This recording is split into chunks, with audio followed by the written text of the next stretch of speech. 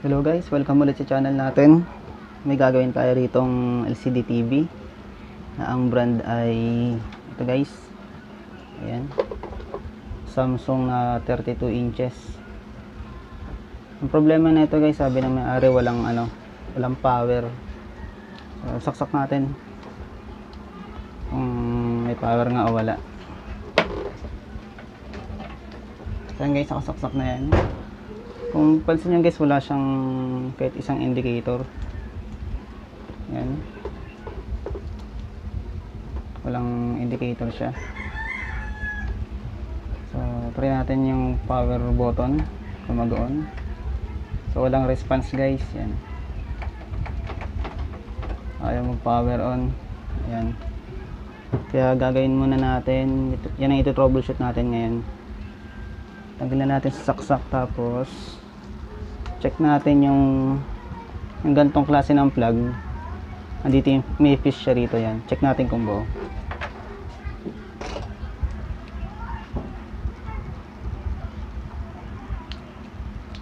Ayan guys, check natin kung buo yung fish na yan. Patayin ng tester. Check natin sa buzzer kung buo. Ayan.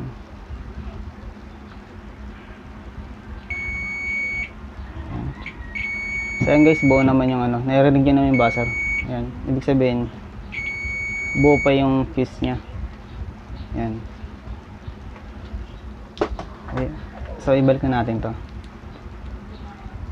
Ayan, tapos gagawin natin, bubuksan natin tong unit para makita natin tsaka ma-check kung saan yung problema. Ayan guys, natanggal natin yung mga tornilyo nung likod ng LCD TV nito. Ito yung model niya guys, yan. Samsung na ang model ay LA32S81BH yan. 32 inches na LCD TV. So, yan ang gagawin natin. Tanggalin natin yung cover. Natanggalin natin mga tornilyo nito.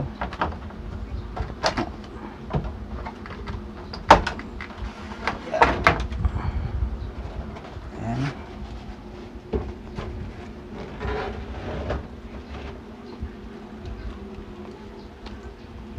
Ayan guys, yung kanyang power supply board at yung kanyang main board. Tapos dito naman sa kaliwa, ito yung kanyang inverter board, yung papuntang backlight. Yan. Mag-check muna tayo ng voltahe.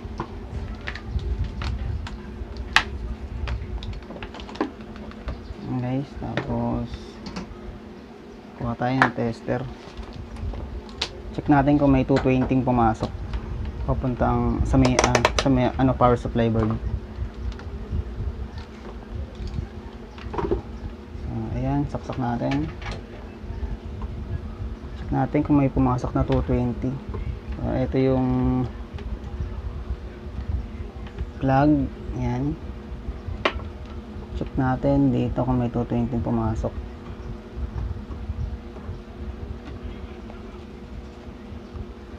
So, ayan guys, meron naman siyang 220.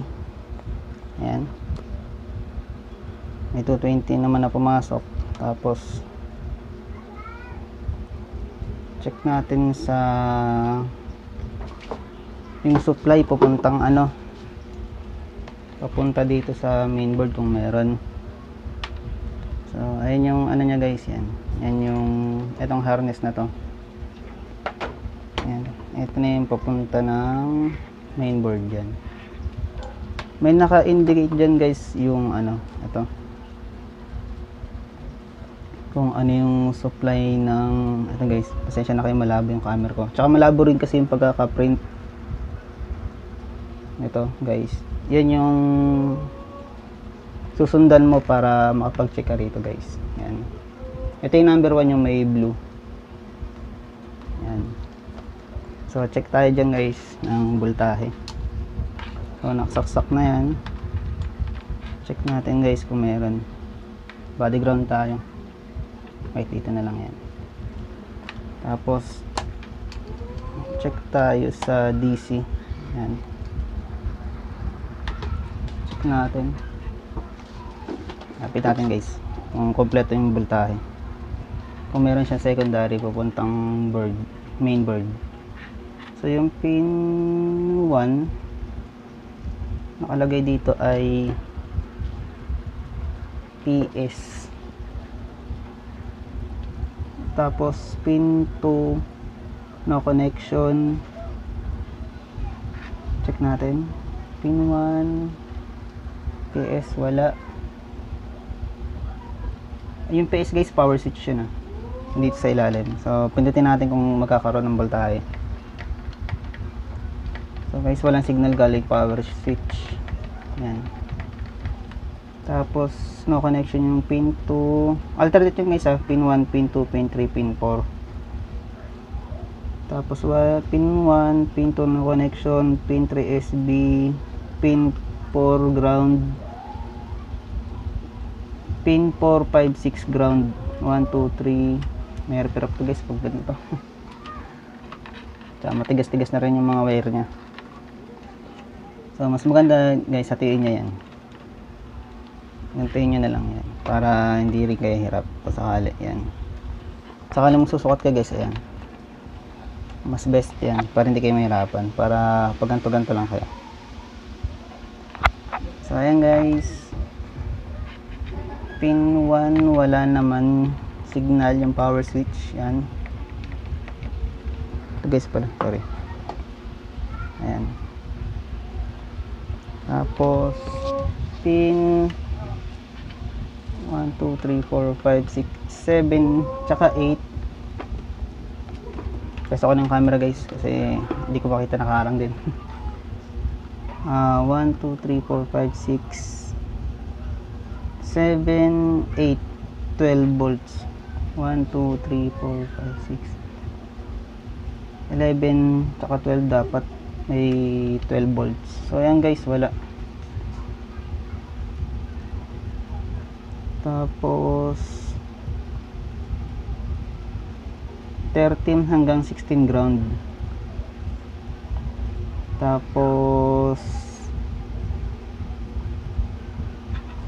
13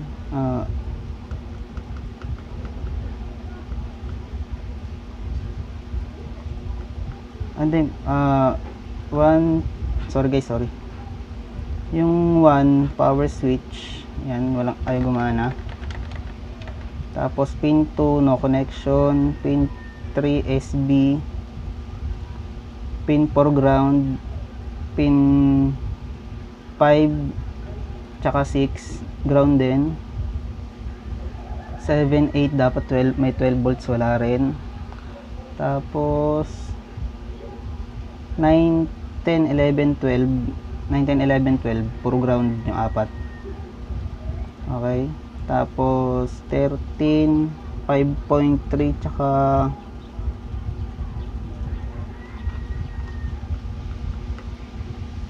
14, 15, 1, 2, 3, 4, 5, 6, 13, 14, 5.3 volts. Yan. Wala guys, dito pa lang wala sa 12 volts, wala tayong nasukat. Tsaka 5.3. Tsaka pansin nyo guys, ayan. Ayan, sa power switch, tsaka hindi rin umilaw yung backlight nya. Ayan guys, hindi may ilaw. So ang problema na ito guys, power supply. Tanggalin natin sa saksak. Ayan, ito troubleshoot natin guys. Tanggalin muna natin sa connection kung ano problema.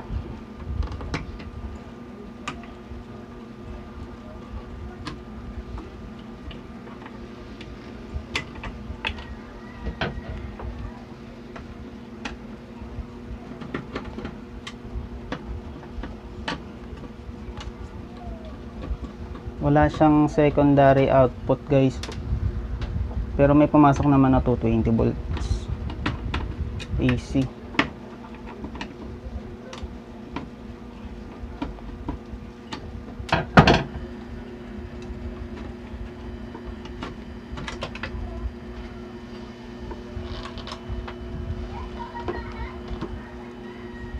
check natin yung kung may nagpondo na voltage sa main filter. Ayun nga, wala na guys. Ano siya, mabilis siyang mag-drain. Ayan. Linisin muna natin ito, masyadong madumi. Malikabok na tong loob ng TV.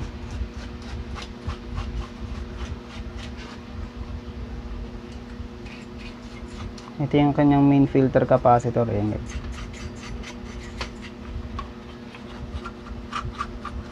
Para makita natin yung ano, part number ng pyesa kung saan siya ginamit, yung part number, para malaman natin.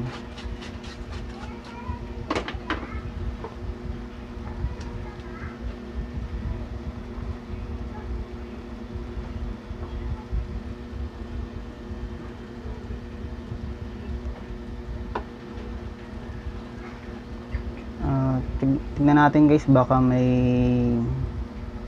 cold solder lang dito.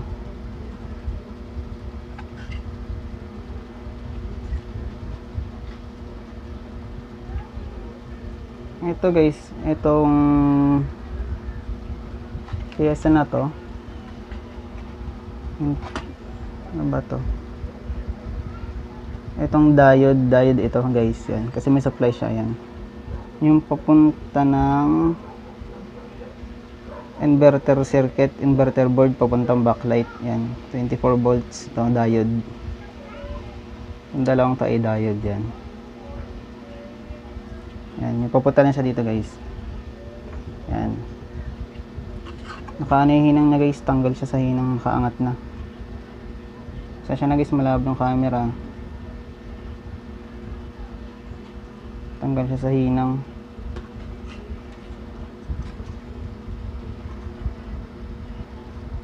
Pati ito guys, yung ibang pa, ano ba to? MC3300670 oscillation IC ito. Ito guys, matanggal siyang hinang. So baka yun ang problema niya guys, baka matsamba natin. Itong dalawang diode, yan, pumunta siya sa capacitor, yan dito, tapos pumunta siya dun guys, ayun nakalagay 24 volts, yan. Siya na guys, sa camera ko malabo, ayan. Ayan guys, tanggal na sila sa hinang. Ayan, tapos tong oscillation IC, yung ibang paa niya tanggal na rin, ayun, matanggal na, nakaangat na. So actually sa ganitong klase ng design ng board guys, bihira lang naman mag cold solder to, hindi tulad ng mga CRT na ano, CRT board. Yan talaga common doon, ano yun, natatanggal sa hinang. Pero ang ganito guys, bihira lang naman. Siguro matagal na rin itong kasi guys, ano kasi to, yung backlight nito CCFL. Yan, kaya yung mainit din, malakas din yung current na kailangan. So kasi mainit din to kasi ito power supply. Tsaka wala naman siyang bloated na capacitor. Yan, good naman lahat. Baka yun lang maging problema nito guys, yung ano lang, cold solder lang. Sana matsambahan natin dun, baka yun lang problema niya. Kasi kung nakaangat ng oscillation IC, yung ibang paa, galing siya ng primary. Ayan guys, galing siya ng primary.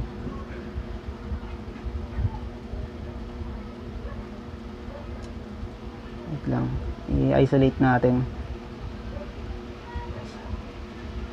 yung filter.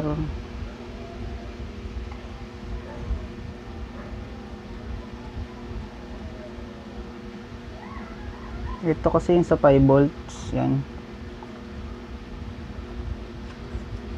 Ito yung papunta na to ng ano, ng inverter circuit, inverter board, ng transformer na to. Yan. Ayan guys, yan.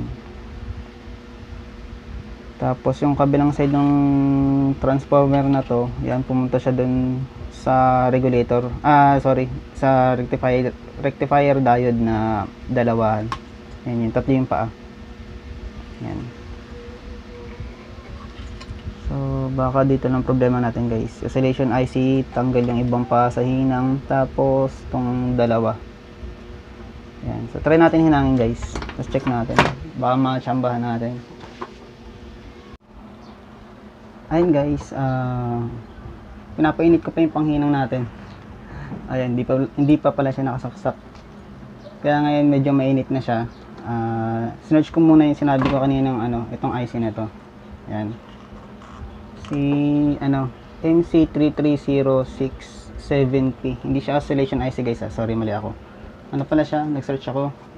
Ano pala siya? Si MC34067P. Ang tawag sa kanya? High Performance Resonant Mode Controllers. Yan. Ang function nito guys, DC-DC controllers ito. Tapos, meron siyang dividing output power na MOSFET. So, yun siya naka-design guys. So, ito siya guys, yung dividing. Dalawang MOSFET, dalawang power output yung pinapagana niya. So, yun guys, hinangin na natin siya. Sorry yan. Tapos, hinangin na natin ito.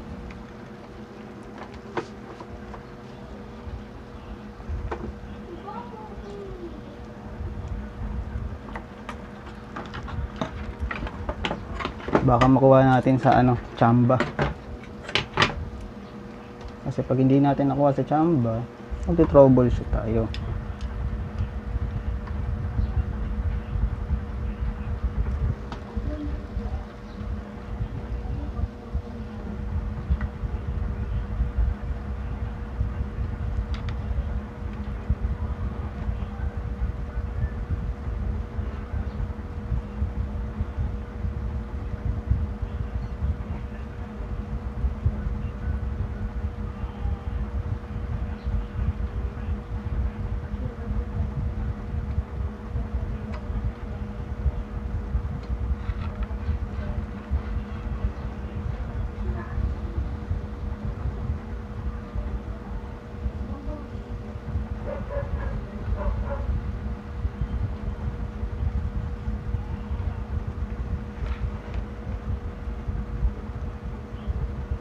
Medyo natin electric kasi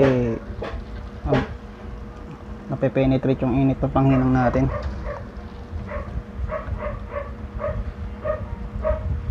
Dahil itong panghinang na ginagamit natin ay mumurahin lang. Pero okay naman na to.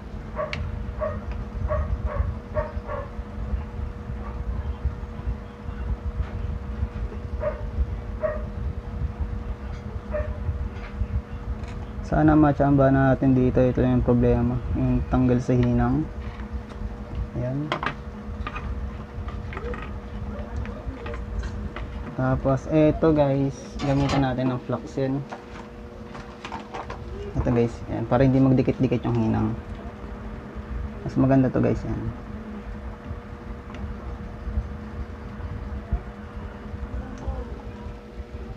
Ayan guys, maganda to flux. Yung syringe type yan. Ginagamit sa cellphone yan. Mas maganda rin to guys.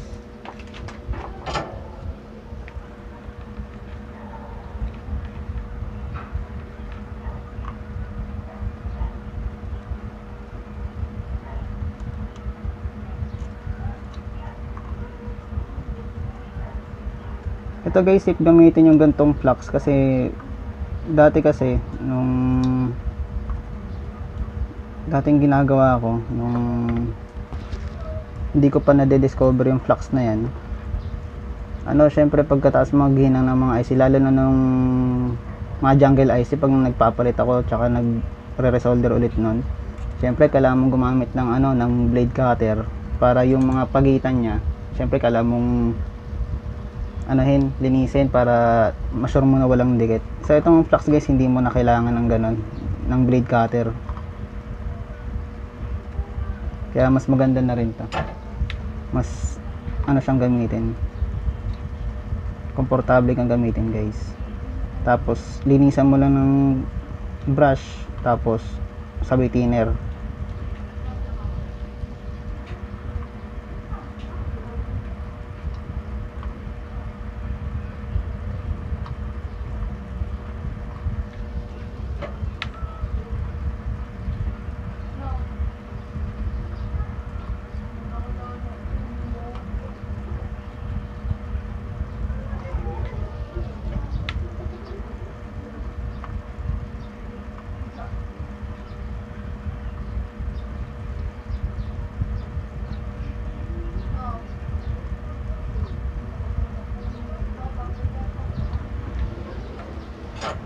So yan guys, natapos na natin siyang hinangin.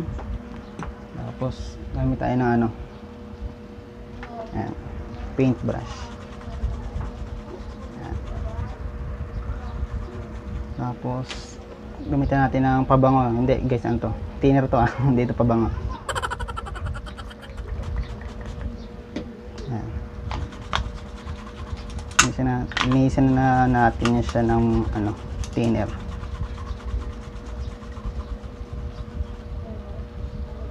So yan guys, oh. Diba? Okay siya ano, gamitin. Yan, hindi mo na kailangan ng ano, ng blade para linisan mo yung mga pagitan niya. Yan. So hindi mo na kailangan ganyan siya. Hindi ka na mahirapan. Yan. Talagang ano, maganda yung flux na to guys. Lalo na sa mga bago yan. Maganda siyang gamitin.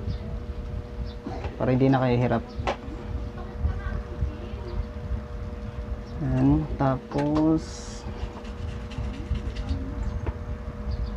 testingin na natin guys kung matchambahan natin, baka dito lang yung problema. Ito, hinangin natin yung maayos ito, yung isang paa.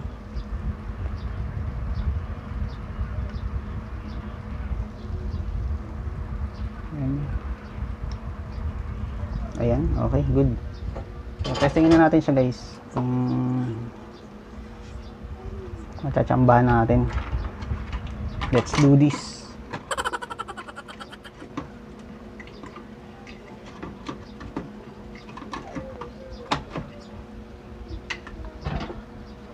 Tapos lagyan muna natin yung mga tornilyo.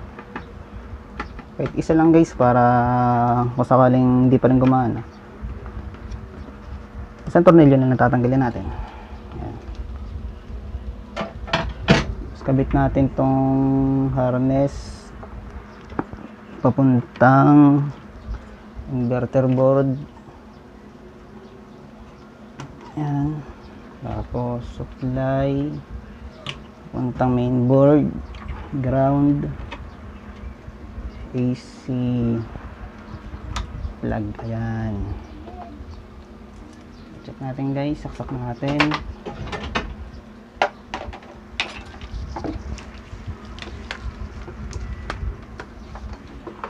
Tapos multi-tester.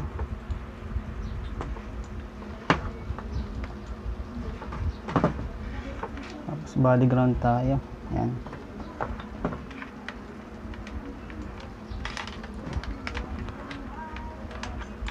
Ayusin ko lang tong ano ko guys. Check tayo sa AC ulit pala. Merong pumasok na AC.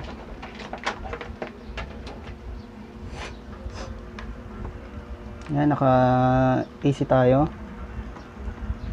So ayan guys, meron siyang 227 volts. Check natin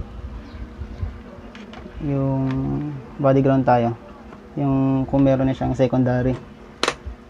Check tayo ng DC tayo. Tapos check natin yung pin 1, yun ay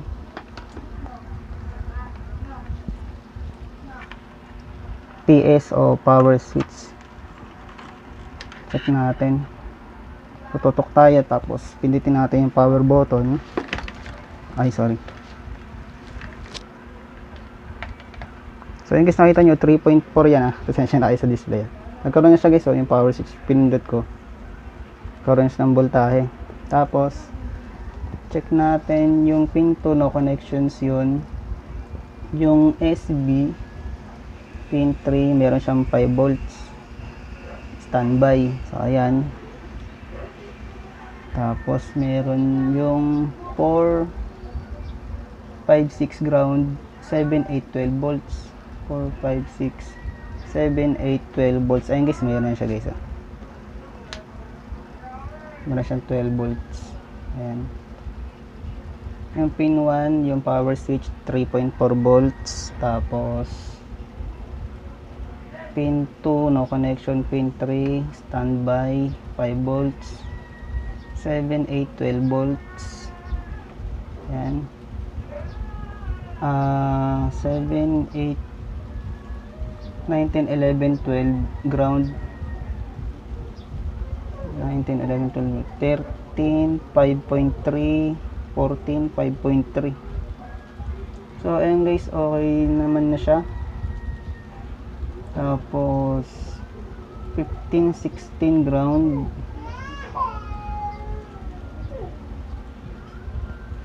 Tapos 5.3 ulit sunod. So ayan guys, okay na siya guys. Tapos ayan guys, oh, umilaw na yung backlight nya. Ayan guys, oh. Pansin nyo, ayan. Umilaw na yung backlight nya. So check natin guys sa ilalim. Bigat pala ng ano, mabigat talaga pag LCD. So ayan guys, oh. Meron siyang power. So pag enough natin, ayan guys, so meron siyang indicator. Nasa power switch yung indicator niya, red. Ayan. Tapos on natin ulit. Yan, mawala, magbi-blink. Ayan guys, oh. So pag ganito guys, okay na to. Ayan. Buti na dali natin guys sa ano, sa natsambahan natin guys, tanggal lang sa hinang. So testingin natin guys, lagyan natin ng signal. Ayun guys, kinuha ko muna yung TV Plus doon na ginagamit namin sa sala. Tapos nang hiram ako ng remote sa kapitbahay na Samsung din, yung brand. Kasi yung universal remote, ang dami ko ng code na in-input dito, ayaw gumana. Kaya nang hiram na lang ako sa kapitbahay namin. So test natin guys yung video, yung picture kung maganda. So yan guys, naka-on yung indicator nya. Ayan, power on natin.